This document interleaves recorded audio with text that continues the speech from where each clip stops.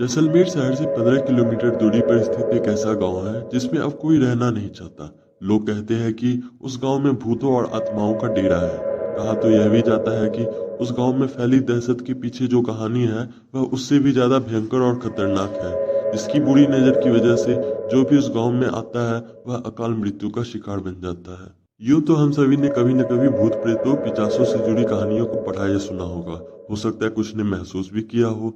लेकिन आज मैं जो आपको कहानी बताने जा रहा हूँ वह एक ऐसे गांव की है जहाँ के स्थानीय लोगों के लिए वह एक बेहद खौफनाक सच है और जिसका सामना उन्हें अक्सर ये कहे रोज करना पड़ता है। जैसलमेर से 15 किलोमीटर दूरी पर स्थित कुल्लड़ा अपने दहशत के लिए आसपास कुख्यात बन गया है।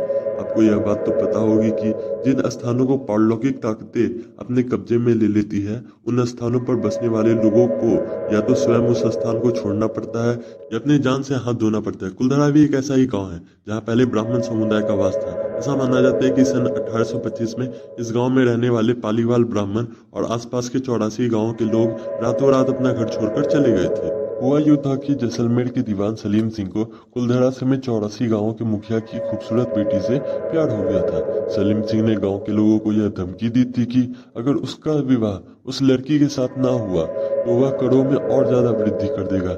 ऐसे हालतों में गांव के मुखिया ने उस स्थान को छोड़कर जाने का निश्चय कर लिया और अपने पीछे यह श्राप छोड़कर गए कि जो भी उनके जाने के बाद इस गांव में रहने या बसने की कोशिश करेगा वह अपने जान से हाथ धो देगा। मुखिया और उनके परिवार के जाने के बाद गांव में बहुत से लोग धीरे धीरे करके बीमार पड़ने लगे और फिर अकारण ही मृत्यु को प्राप्त होने लगे।